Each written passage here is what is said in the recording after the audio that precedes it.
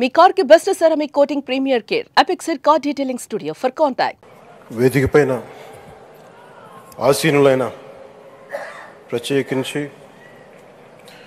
సత్యసాయిబాబా గారి శత జయంతి ఉత్సవం సందర్భంగా ఇక్కడికి విచ్చేసిన మనందరి beloved Prime Minister, most respected Prime Minister in the world, most respected leader in the global stage, Sri Narendra Modi గారికి నా హృదయపూర్వక నమస్కారాలు. అలాగే తన అపారమైన అనుభవంతో రాష్ట్రాన్ని సమర్థవంతంగా నడిపిస్తున్న నాయకులు గౌరవ ముఖ్యమంత్రి శ్రీ చంద్రబాబు నాయుడు గారికి, భారతరత్న శ్రీ సచిన్ టెండూల్కర్ గారికి, శ్రీమతి ఐశ్వర్య రాయ్ బచ్చన్ గారికి, సోదరులు నారా లోకేష్ గారికి, వేదికపైన ఆసీనులైన ప్రతి ఒక్కరికి, మంత్రివర్గానికి, బాబా గారు మహాసమాధి అయిన తర్వాత దాన్ని సమర్థవంతంగా నడిపిస్తున్న శ్రీ రత్నాకర్ గారికి, ప్రతి ఒక్కరికి పేరు పేరున నా హృదయపూర్వక నమస్కారాలు. ప్రత్యేకించి ఇక్కడికి వచ్చేసిన శత జయంతి సందర్భంగా ఇక్కడికి వచ్చిన భక్తులందరికీ, సాయిబాబా భక్తులందరికీ మనస్ఫూర్తిగా మీ అందరికీ నా నమస్కారాలు తెలియజేస్తున్నాను. సత్యసాయిబాబా గారి గురించి, గొప్పతనాన్ని గురించి మన దేశస్తుల కంటే విదేశీయులు ఎక్కువ చెప్తారు ఆయన గురించి. కొన్ని సందర్భాలు ఇప్పుడు సింగపూర్ వెళ్ళినప్పుడు ఒక 30 సంవత్సరాల క్రితం చైనీస్ ఇళ్లలో చూశాను సత్యసాయిబాబా గారి ఫోటోగ్రాఫ్. అలాగే ఒక హాలీవుడ్ యాక్టర్ స్టీవెన్ సిగాల్ అని చాలా సంవత్సరాల క్రితం, క్లోజ్ టు ఒక 20 సంవత్సరాల క్రితం అనుకుంటా, చిరంజీవి గారిని ప్రత్యేకించి అడిగి, మా అన్నయ్య చిరంజీవి గారిని ప్రత్యేకించి అడిగి నేను బాబా గారిని కలవాలి అని చెప్పి ఇక్కడ బెంగళూరులో ల్యాండ్ అయ్యాను. ఇక్కడ ఫ్లైట్కి ఆయనకు వచ్చి ఆశీర్వాదాలు తీసుకుని నాకు చాలా ఆశ్చర్యం కలిగేది. ఒకరి గొప్పతనం, ఒకరి తేజస్సు ఎలా తెలుస్తుందంటే ఎలా వెళ్ళి దీని గురించి నేను అనుకుంటా ఉండేవాడిని. బాబా గారిది వెలిసింది భారతదేశంలో అత్యంత వెనుకబడ్డ జిల్లా అనంతపురం, రాయలసీమలోని అనంతపురం జిల్లా. ఆయన పుట్టుక కూడా అత్యంత వెనుకబడ్డ జిల్లా, నీటికి కూడా కొరత ఉండే జిల్లా, వలసలు వెళ్ళిపోయే జిల్లా. అలాంటి జిల్లాని ఎంచుకున్నారు ఆయన జన్మకు కూడా. అందుకని అలాంటి జన్మ తీసుకున్నాడంటే మహానుభావులే తీసుకోగలరు. ఒక 40 సంవత్సరాల క్రితం ఎవరైనా ఊహించుకోగలమా? దేశ విదేశాల నుంచి చాలామంది భక్తులు, విదేశీయులు అందరూ వచ్చి దీని అభివృద్ధికి పాటుపడతారని. సో ఒక ఆధ్యాత్మిక తేజస్సు, విశ్వ ప్రేమ ఉన్న వ్యక్తుల వల్లే ఇది సాధ్యం.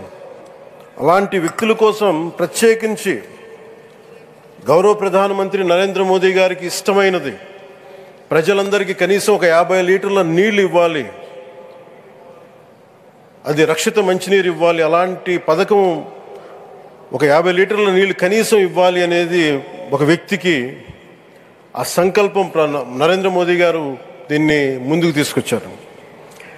ఒక ప్రభుత్వ పరంగా దీన్ని ప్రధానమంత్రి గారు తీసుకొస్తే, ఒక ఆధ్యాత్మిక గురువుగా ఏ ప్రభుత్వం ఆలోచించినప్పుడు, ప్రభుత్వాలే దీని గురించి సగటు వ్యక్తికి నీరు ఎలా అందించాలనుకున్నప్పుడు దాన్ని ఆలోచించింది సత్యసాయిబాబా గారు ఆలోచించారు. అప్పుడు ముఖ్యమంత్రిగా చంద్రబాబు గారు ఉన్నప్పుడు వారికి ఒకటే చెప్పారండి, నేను ప్రజలకి దాహం తీర్చాలనుకుంటున్నాను. నాకు తెలిసిన భక్తులు, ఒక భక్తులు, ఒక ఆయన సింగిల్ హ్యాండెడ్గా 400 crores 400 కోట్ల రూపాయలు ఈ పథకానికి, ఈ పథకానికి ఇస్తాను, దాహం తీర్చే పథకానికి ఇస్తాను అంటే, దానికి ఆ రోజున ప్రత్యేకించి అలాంటి పర్మిషన్స్కి వీటికి కొంచెం కష్టాలు ఉన్నప్పుడు గౌరవ ముఖ్యమంత్రి నారా చంద్రబాబు నాయుడు గారు వీటికి అండగా ఉండి ఈ సత్యసాయి, ఈ దాహం తీర్చే ఈ పథకానికి, అంటే మనం చెప్పాలంటే జల్ జీవన్ మిషన్ అంకురం సాయిబాబా గారు చేశారు ఇక్కడ. ఇది తమిళనాడులో కానీ, తెలంగాణలో కానీ, మిగతా అన్ని రాష్ట్రాల్లో కూడా ఈరోజు చేయగలుగుతున్నామంటే దానికి అంకురం సాయిబాబా గారు అందించారు. ఆయన సేవా తత్పరత ఆయనది ఎవరెవరో ఎంతమంది ప్రభావితం చెందారో లెక్కలేదు.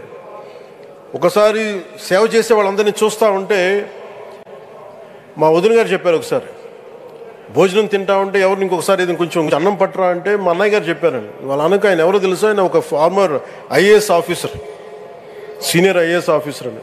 ఆయనకి సెలవులో ఉన్న సమయంలో వచ్చి ఇక్కడ సేవ చేస్తారని.